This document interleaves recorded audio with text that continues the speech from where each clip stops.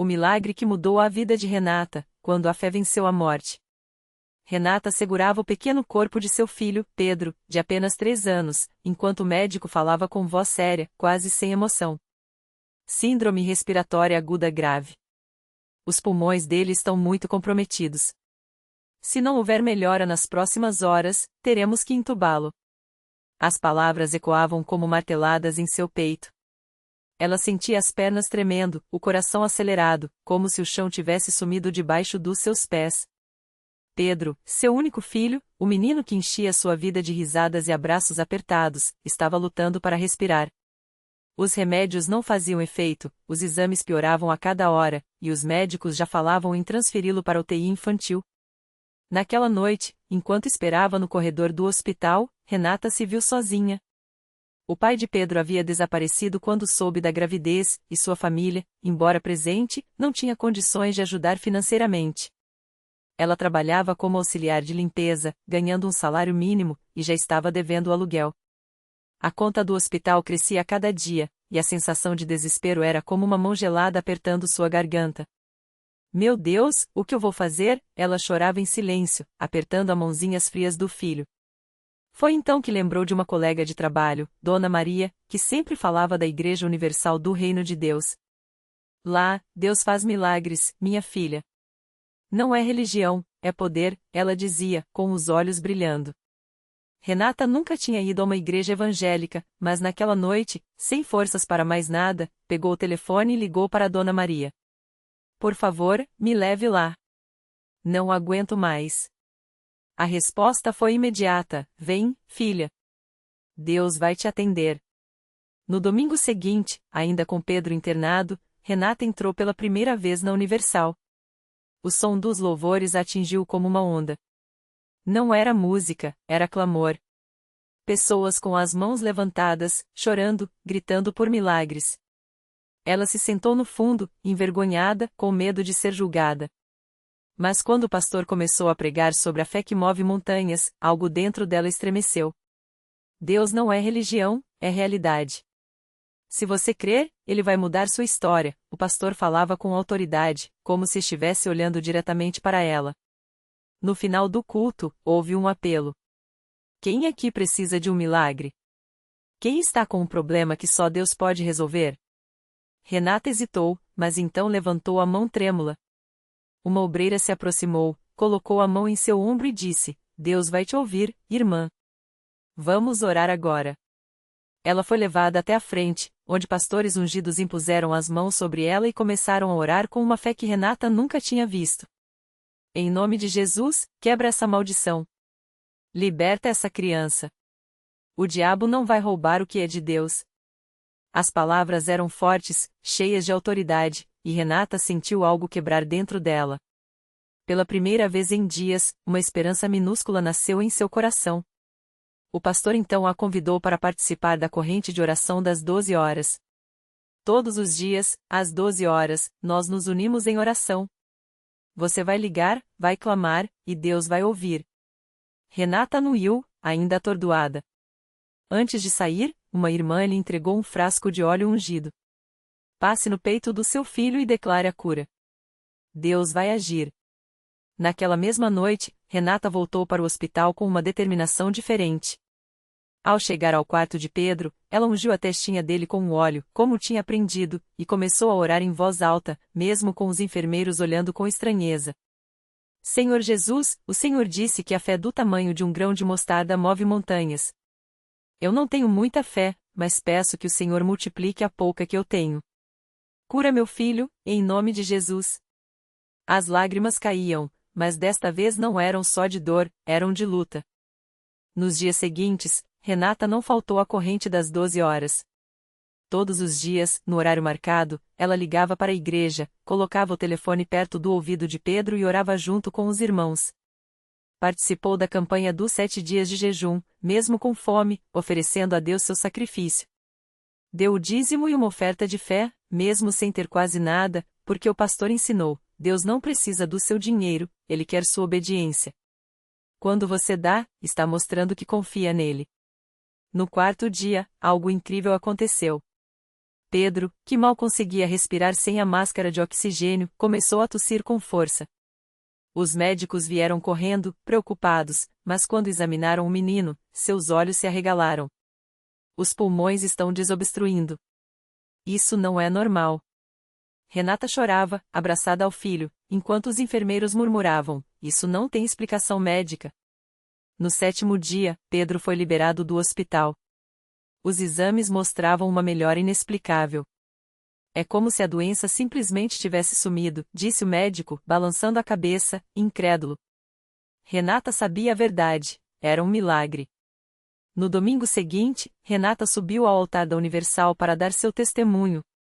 Com Pedro no colo, saudável e sorrindo, ela contou tudo o que Deus tinha feito. Eu cheguei aqui quebrada, sem fé, sem dinheiro, sem esperança. Mas Deus me mostrou que Ele é real. Não foi medicina, não foi sorte, foi a fé, foi a oração, foi a unção dessa igreja. O templo explodiu em glórias a Deus. Muitas pessoas choravam, outras levantavam as mãos, agradecendo.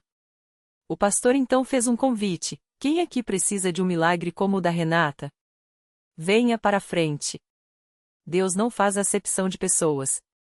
Dezenas se levantaram, e Renata, com lágrimas nos olhos, entendeu sua missão: ela também seria uma testemunha da fé. Nos meses seguintes, sua vida mudou completamente. Ela começou a frequentar as vigílias de oração, onde a fogueira santa queimava as amarras do passado. Aprendeu sobre prosperidade espiritual e financeira, e, seguindo os ensinos da igreja, conseguiu um emprego melhor.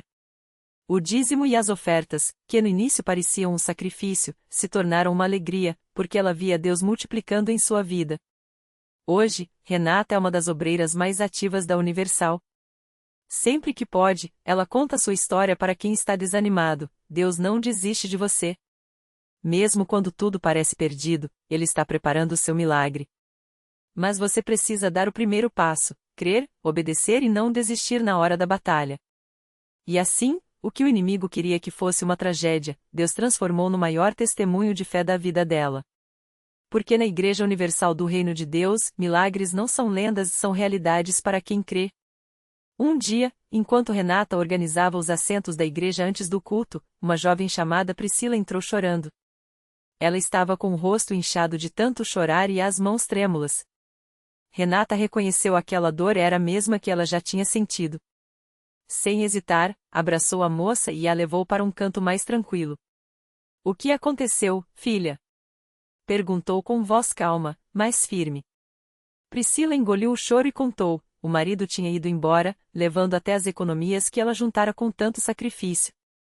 O aluguel estava atrasado, os credores não paravam de ligar, e o pior, ela tinha descoberto que estava grávida. O desespero era tão grande que, na noite anterior, ela tinha pensado em pôr fim à própria vida. Renata sentiu o coração apertar, mas também uma chama de fé acender dentro dela. Aquela história era igual à sua, só que agora ela tinha a resposta. Escuta aqui, disse, segurando as mãos de Priscila com força. Eu já estive no fundo do poço também. Mas Deus me tirou de lá, e Ele vai fazer o mesmo por você. Só não pode desistir agora. Vamos orar? Priscila hesitou, mas assentiu. Elas se ajoelharam ali mesmo, entre as cadeiras da igreja. Renata orou com autoridade, lembrando de cada promessa que tinha ouvido nos cultos: o Senhor é o meu pastor, nada me faltará. Deus supre todas as necessidades segundo as suas riquezas em glória. Enquanto falava, sentia o Espírito Santo encher aquele lugar. Priscila começou a chorar de novo, mas dessa vez era um choro diferente de alívio, como se um peso imenso estivesse saindo dela. No domingo seguinte, Priscila voltou à igreja. Desta vez, não estava sozinha, trouxe a mãe, que também estava quebrantada pela situação da filha. As duas se sentaram na primeira fileira, ávidas por ouvir a palavra. O pastor pregou sobre a providência divina, e no final do culto, fez um apelo: quem aqui precisa de um milagre financeiro, vem à frente. Priscila foi a primeira a se levantar. Com lágrimas nos olhos, ela entregou na mão do pastor um envelope com os últimos R$ 20 que tinha tudo o que restara depois das contas. Era sua oferta de fé. O pastor orou por ela, ungindo-a com óleo, e declarou: em nome de Jesus, as portas se abrirão. O que o inimigo roubou, Deus vai restaurar em dobro. Na semana seguinte, coisas estranhas começaram a acontecer. Uma tia que Priscila nem sabia que existia entrou em contato, oferecendo ajuda. O dono da casa onde ela morava, um homem rígido que nunca tinha dado desconto para ninguém, apareceu na porta e disse: "Pode pagar quando puder. Não vou despejar uma grávida." E o mais incrível, a empresa onde ela tinha sido demitida há meses ligou, pedindo que voltasse, porque uma colega tinha saído e precisavam urgente de alguém com a experiência dela. O salário? Quase o dobro do que ela ganhava antes. Quando Priscila voltou à igreja para dar o testemunho, Renata chorou de alegria. Não era só a vida dela que estava sendo transformada, era a vida de outra pessoa, através dela.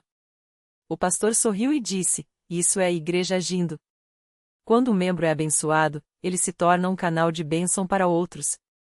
Hoje, Priscila é uma das líderes do grupo de oração das mulheres. O bebê, que quase não nasceu por causa do desespero da mãe, é um menino saudável e cheio de vida, batizado com o nome de Davi, o amado de Deus. E Renata continua firme, agora como coordenadora do Departamento de Ajuda aos Necessitados na igreja. Sempre que alguém pergunta como ela consegue ter tanta fé, ela responde com um sorriso: "Porque eu já vi Deus fazer o impossível. E Ele não muda. Se fez por mim, faz por você também. Basta acreditar." O tempo passou, e o testemunho de Renata e Priscila se espalhou pela igreja como um fogo que não se apaga. Muitas pessoas que ouviram aquelas palavras começaram a buscar a Deus com mais fé, especialmente as mulheres que passavam por lutas parecidas. Um dia, durante um culto de quarta-feira, uma irmã chamada Marisa, que há anos tentava engravidar sem sucesso, se aproximou de Renata depois do culto. "Irmã, eu ouvi sua história e a da Priscila", disse ela, com os olhos cheios de lágrimas. "Eu também já perco a esperança. Os médicos dizem que é impossível, mas e se Deus quiser?" Renata abraçou Marisa com força e sussurrou: "Deus não só quer como pode. Vamos orar juntas agora mesmo." Elas se ajoelharam ali mesmo, no corredor da igreja, entre irmãs que passavam e paravam para se juntar à oração. Marisa chorava, mas suas lágrimas já não eram só de dor, eram de uma esperança que começava a nascer. Naquela noite, ela saiu da igreja com o coração mais leve, como se uma carga tivesse sido tirada de suas costas. 3 meses depois, Marisa voltou à igreja com um exame na mão e um brilho nos olhos que não escondia. O teste de gravidez era positivo. Os médicos não conseguiam explicar, mas ela sabia, era Deus respondendo à fé daquelas mulheres que oraram por ela. Quando deu o testemunho no púlpito, o choro foi geral. O pastor levantou as mãos e declarou: "Isso aqui não é coincidência, irmãos. É o poder de Deus se movendo quando o seu povo ora com fé." E assim, o ciclo de milagres continuou. Cada vida transformada se tornava uma semente plantada em outras vidas. As mulheres do grupo de oração, que antes se reuniam com rostos marcados pela preocupação, agora se encontravam com sorrisos e histórias de vitórias. Até mesmo algumas que tinham se afastado da igreja voltaram, atraídas pelos relatos de que Deus ainda faz milagres hoje. Um dia, durante uma campanha de evangelismo, Renata foi visitar uma senhora idosa do bairro, Dona Maria, que vivia sozinha e doente. A casa era simples, as paredes descascadas, e o cheiro de remédio tomava o ar. Dona Maria, deitada na cama, mal tinha forças para falar. "Minha filha, eu já estou pronta para ir", disse ela, com voz fraca. "Só peço a Deus que não me deixe sofrer muito." Renata segurou sua mão e começou a orar. Não foi uma oração longa nem cheia de palavras bonitas, foi um clamor do coração. Quando terminou, olhou nos olhos de Dona Maria e disse: "A senhora não vai morrer agora, não. Deus ainda tem um propósito para a sua vida." Dona Maria tentou sorrir, mas a fraqueza não deixava. Ainda assim, algo dentro dela parece que se mexeu. Naquela noite, ela conseguiu dormir melhor do que em semanas. No dia seguinte, quando a filha, que morava em outra cidade, ligou para saber como ela estava, Dona Maria respondeu com uma voz mais firme: "Filha, eu sonhei com um anjo ontem. Ele me disse que eu ainda tenho muito que fazer aqui." A filha, emocionada, marcou uma visita para o final de semana. E quando chegou, não acreditou no que viu. Dona Maria estava sentada na cadeira da varanda, tomando um chá, com mais cor no rosto e até brincando com os netos que vieram com ela. Mãe, o que aconteceu? Perguntou a filha, surpresa. Deus me deu mais tempo, respondeu Dona Maria, com os olhos brilhando. E eu vou usar cada dia para louvar a Ele. A notícia se espalhou, e logo Dona Maria estava na igreja, sentada na primeira fileira, com seu lenço na cabeça e a Bíblia aberta no colo. Ela se tornou uma das intercessoras mais fiéis do grupo de oração, sempre com uma palavra de encorajamento para quem passava por provações. Deus não esquece de ninguém, ela dizia, com a sabedoria de quem já viu a mão do Senhor agindo. Às vezes, a gente acha que é o fim, mas para Ele, é só o começo de um novo milagre. E assim, a igreja crescia não só em número, mas em fé. Cada história de superação se tornava um farol para quem ainda estava no escuro. Os cultos ficaram mais cheios, as orações mais fervorosas, e os corações, mais abertos para receber as bênçãos de Deus. Um domingo, durante o culto da família, o pastor olhou para a congregação e disse: Irmãos, olhem ao redor. Cada um de vocês é uma prova de que Deus está vivo e age no meio do seu povo. Renata, Priscila, Marisa, Dona Maria, quantas vidas foram mudadas aqui. Mas isso não é só para elas, é para você também. Não importa o que você esteja passando, não importa quão impossível pareça, se Deus já fez por elas, Ele pode e quer fazer por você. E enquanto o coro entoava um hino de gratidão, muitas mãos se levantaram em adoração, muitas lágrimas caíram em agradecimento, e muitos corações se encheram de uma certeza: ali, naqueles bancos, entre aquelas pessoas, Deus estava escrevendo histórias de milagres que o mundo não poderia explicar, mas que eles, como igreja, testificavam com alegria. Porque quando o povo de Deus ora, jejua e crê, os impossíveis se tornam possíveis. E essa história, longe de terminar, era só mais um capítulo de muitas outras que ainda estavam por vir. Naquela mesma noite, enquanto as luzes da igreja ainda brilhavam sobre os rostos emocionados dos irmãos, uma jovem chamada Ana Clara, que havia chegado pela primeira vez naquele culto, sentia o coração apertado. Ela não tinha contado a ninguém, mas estava ali porque não tinha mais para onde ir. O médico havia dado um veredito cruel, uma doença rara, sem cura, que aos poucos tiraria suas forças. As palavras do pastor sobre milagres a tocaram fundo, mas ela não ousava acreditar que aquilo pudesse ser para ela. Enquanto o culto terminava e os irmãos se cumprimentavam com abraços e sorrisos, Ana Clara ficou parada no fundo do salão, com medo de se aproximar. Foi então que Dona Maria, a mesma que havia recebido a cura dos rins meses antes, se virou como se tivesse ouvido um chamado. Sem hesitar, caminhou até a jovem e segurou suas mãos com firmeza. Minha filha, eu não sei o que você está passando, mas Deus me mandou te dizer uma coisa: Ele não esqueceu de você. A voz de Dona Maria tremia de emoção. Eu também achei que meu caso era sem solução. Mas olha aqui, estou curada. E se Ele fez por mim, vai fazer por você também. Ana Clara não conseguiu segurar as lágrimas. Naquele momento, algo dentro dela quebrou não de dor, mas de esperança. Ela permitiu que Dona Maria a levasse até a frente, onde o pastor e os obreiros oravam por cada pessoa que se aproximava. Quando impuseram as mãos sobre sua cabeça, ela sentiu uma paz tão grande que não tinha palavras para descrever. Era como se uma corrente de vida percorresse seu corpo, aquecendo cada parte que a doença havia gelado. Nos dias seguintes, Ana Clara voltou à igreja todos os dias. Os irmãos a acolheram como família, orando com ela, jejuando por ela, compartilhando testemunhos que alimentavam sua fé. Uma semana depois, em um culto de quarta-feira, enquanto o coro cantava Deus é fiel, Ele não falha, Ana Clara sentiu algo estranho. A dor que a acompanhava há meses simplesmente sumiu. Ela tentou se mover, e seus membros responderam com uma leveza que não sentia há muito tempo. No domingo seguinte, ela estava de pé no púlpito, com o mesmo médico que lhe dera o diagnóstico ao seu lado, boquiaberto. Os exames não mostravam mais nenhum sinal da doença. O auditório explodiu em glórias a Deus, e até os mais céticos não puderam negar: ali, mais uma vez, o impossível tinha se tornado real. Mas a história não parou por aí. Porque enquanto Ana Clara compartilhava seu testemunho, nos fundos do salão, um homem chamado Roberto, que havia chegado arrastado pela esposa após anos de vícios e derrotas, sentia o coração pesado. Ele olhava para aquelas pessoas, para aquelas vidas transformadas, e uma pergunta martelava em sua mente: será que Deus também pode me libertar? E assim, como uma onda que não para, o milagre continuava. Porque na CCB, não era só uma história de cura aqui, uma libertação acolá, era um movimento constante do Espírito, provando que, quando o povo se une em fé, Deus age de maneiras que só Ele pode.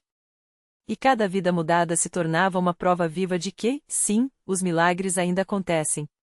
E o melhor, eles estão apenas começando. O toque que mudou tudo. Roberto não aguentava mais. Enquanto Ana Clara terminava seu testemunho, ele sentiu as lágrimas queimarem seus olhos, lágrimas que há anos não deixava cair. Sua esposa, Maria, apertou sua mão, como se soubesse que aquele era o momento. E então, como se uma voz sussurrasse em seu coração, ele se levantou. Tremendo, caminhou até o altar, onde pastores e irmãos o receberam sem julgamento, apenas com braços abertos. Não houve palavras bonitas, nem discursos elaborados. Só um homem quebrado diante de Deus, confessando seus erros, seus medos, sua sede por algo que o mundo nunca havia saciado. E ali, entre lágrimas e orações, algo inexplicável aconteceu, uma paz invadiu sua alma, como se correntes invisíveis se rompessem. Roberto sentiu, sabia que estava livre. Nos dias que seguiram, os vícios perderam o poder. Não foi fácil, houve lutas, recaídas quase, mas dessa vez, ele não estava sozinho. A igreja o abraçou, Maria orou ao seu lado, e cada manhã se tornava uma nova chance. Um ano depois, era ele quem subia ao púlpito, não para contar uma história de herói, mas de um homem que encontrou graça onde só havia escuridão. O milagre que não acaba. Porque milagres não são só curas instantâneas ou libertações espetaculares. Às vezes, são sementes plantadas em corações endurecidos, que brotam quando menos esperamos. Ana Clara e Roberto provaram que Deus não escolhe os imperfeitos, Ele escolhe os que o buscam, mesmo que seja com as últimas forças. E assim, naquela igreja simples, entre pessoas comuns, o impossível se tornava rotina. Não porque os milagres fossem baratos, mas porque a fé, quando verdadeira, move o próprio céu. A lição que fica. Se hoje você olha para a sua vida e só vê limites, lembre-se, Deus não trabalha com o que parece possível, mas com o que é para Ele. O primeiro passo não é ter todas as respostas, é dar o passo, mesmo com medo. Porque às vezes, o milagre não está em mudar as circunstâncias, mas em transformar quem você é dentro delas. E a melhor parte? A história ainda está sendo escrita. Talvez a próxima página seja a sua.